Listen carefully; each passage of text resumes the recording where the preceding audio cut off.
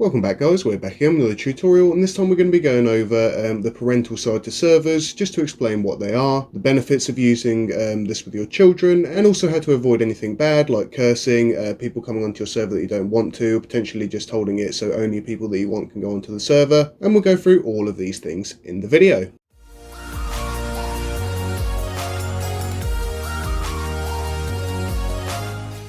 So let's start off first with what is a server. So on Minecraft you have your single player worlds where you can go and play, of course. You also have realms, which is a sort of smaller version of a server, can hold up to 10 people, and everybody can sort of join on by sending a code. However, you don't have as much control as you do with the server, so unfortunately anybody can just get the code if you do share it and then come onto your server. So the difference is with the server is that it's like you are hosting the actual game yourself, so you've got your world and you are hosting it, so you can only let the people in or share your address to it. You can actually hold many more than 10 people if you want to, so this is great for family and friends. Perhaps you might have family in other countries, and it's a great way to connect, be able to chat to each other and play along every day. One of the key differences between realms and servers is that with servers you can pretty much change every setting on there, from the configuration to how many people you can let on, to whether you actually let people on.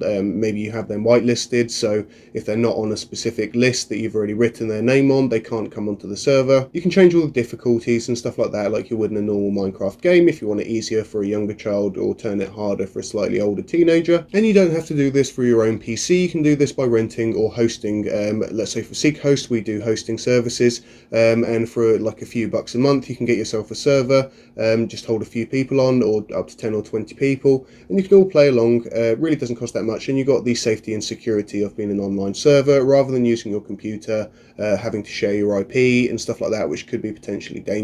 So I do myself recommend hosted servers. They do come with DDoS protection if anybody tries to attack your network, and a variety of other security features that will stop people gaining access to your server. So let's go over some of the pros here, and as I mentioned earlier, you can play with anybody around the world. That means if you have an aunt in Mexico with children, or you have uncle in Greece, you can all play together. Doesn't matter where they are or who they are, you can all connect with Minecraft and you can all get on and play. This also means by using the server, if you are on a Java account, means that everybody can play together as well without having to set up a home server. You can simply create a server and everybody can join on by sharing its IP, and again all play together. One of the great things around Minecraft is that it is also still quite heavily inspired with education in mind. Anything from the redstone, which is very much like electric connections, and learning how that works, how you can connect things in different ways, how you can power things or unpower things, and make different contraptions. It's actually really brilliant for a creative mind, and it does bring it out of people, because it starts off with a game with just blocks. However, you realize that it's actually much more going forward. There's so many small elements that at first you don't need to know. It can start off simple by just playing a simple survival game or just creating a house, and then you start to realize how complex things can get and how you can actually learn from this, progress and go forward. I find it a great way for problem solving with children as well. I know personally my child, he really, he might get frustrated at first, and then he'll sit there and he'll actually solve the problem at the end, feeling very accomplished at the end once they do solve it. So as I mentioned at the beginning, you do have much more control than Realms. With Realms you have the sort of minimal control of changing game modes and stuff like that. However, you do still have to share one code. If this gets shared to other people, anybody else can join onto your game. Now what we will do a little bit later in the video is we'll also go and show you exactly how to do this on your server, if you do get one, and how you can stop all of this and make it all ultra safe. So don't worry about that, we got that all covered. Especially at SeekaHost, safety is a key issue, and we like to make sure everybody enjoys their time safely. Now for any of you that are watching this that are not familiar with Minecraft at all, there are a few versions, and primarily this is Java version, which is one, and then the Bedrock edition. Of course you do have Education edition. We won't go into that, we do have a separate video. If you do want to check it out, just follow our channel.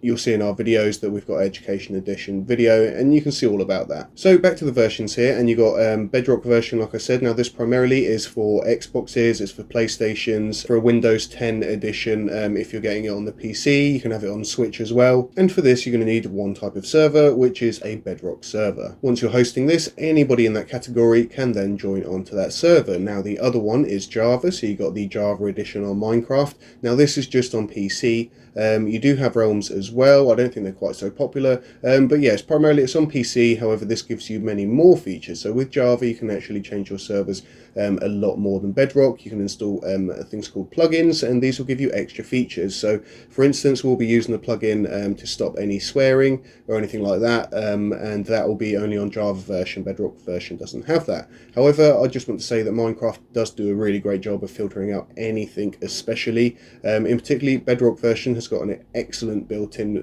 system to find out not only about swearing but also about bullying.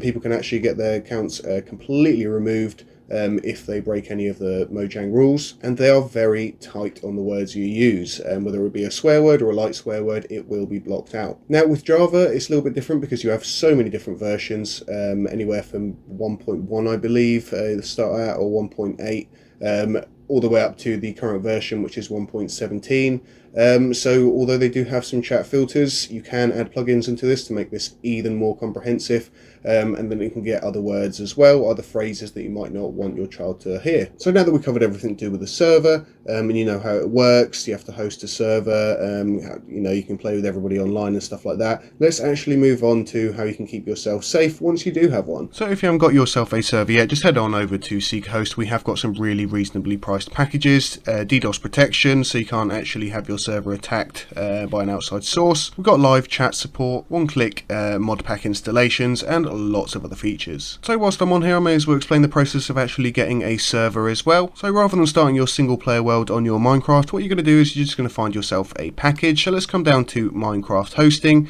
So let's say you want a small package here for only 12 members, just for your family and stuff like that. You just go ahead with get started. You can then choose your payment method, whether you want to pay it monthly, quarterly or annually, and then you can go ahead and make the subscription. If you do of course want to cancel at any point, you can here with SeekaHost. You just go over to your client area once you have made an account, and you can either upgrade it or cancel it or whatever you need to do. So it works very much in the same way that Realms do on Minecraft. Once you have got your server, you will be brought up to your main dashboard here, and this is pretty much going to control all of your server. As you can see here, you can start your server, you can stop your server if you don't want people to come on it, you can restart it also. You're going to get a live feed of the status here of how many players are online, and you're going to get your IP and port joining details. You can also create yourself a custom domain, so rather than giving out the IP and the port, you can make yourself a domain right here. So mine's jdog.seekahostservers.com, and you can share that with friends, and they can join on. You can check out all of your files, all your configuration files for your server by simply clicking over here. You can come to your server settings and you can change anything like you would in Minecraft normally,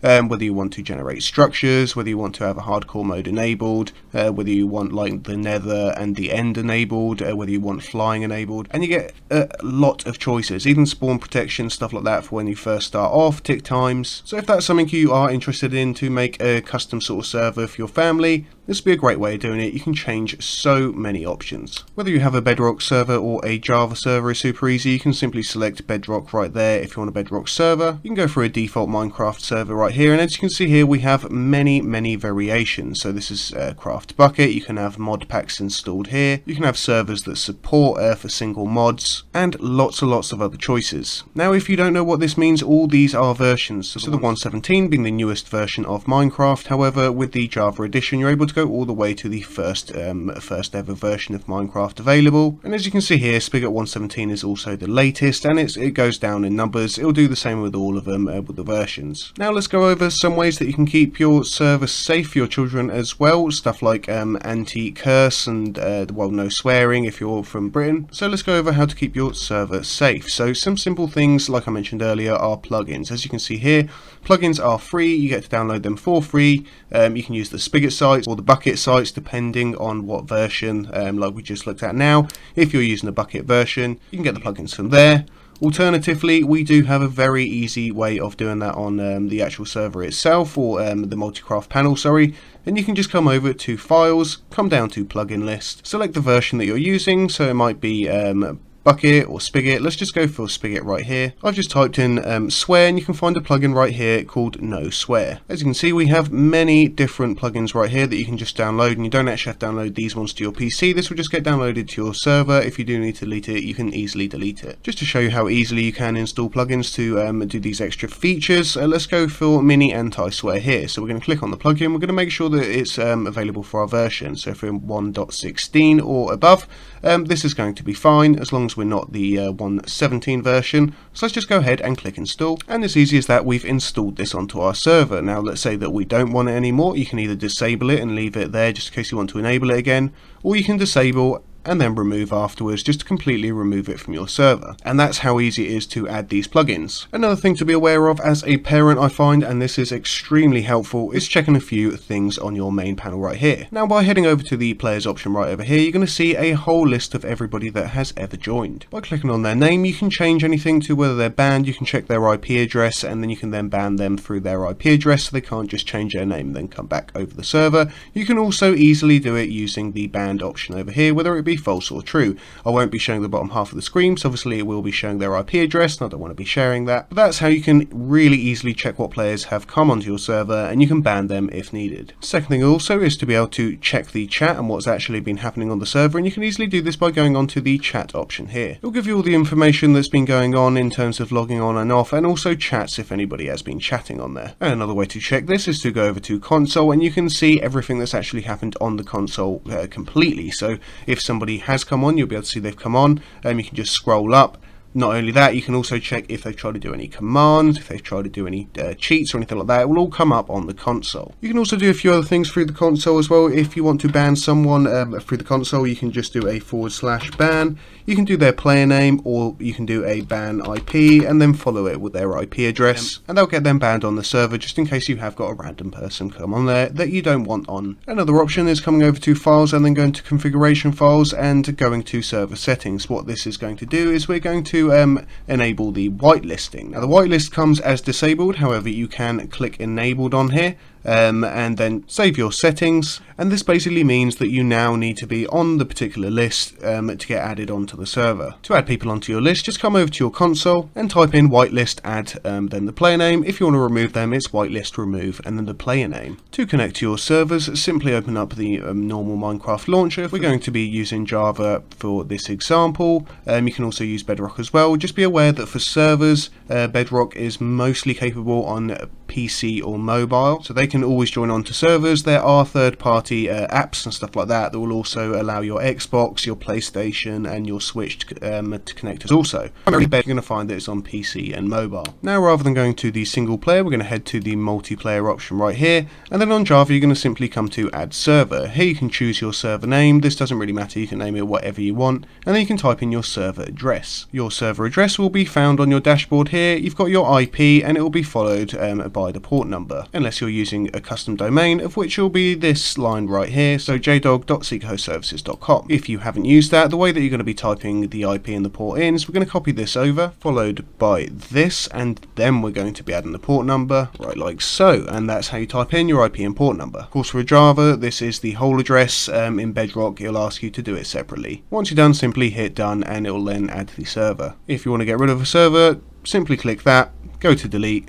It'll ask you whether you're sure, and you can then delete the server. So thanks for watching, guys. I hope that's explained a little bit better what the Minecraft servers are, what you can actually do to keep your children safe whilst using them, and also how you as a parent can also do your checks. Now a little bit of knowledge now, because now you know what really you should be looking out for or adding to your server to make sure that there is extra checks and that you're not getting anybody on there that you don't want on there. So thanks for watching, and we'll catch you again next time on the next tutorial.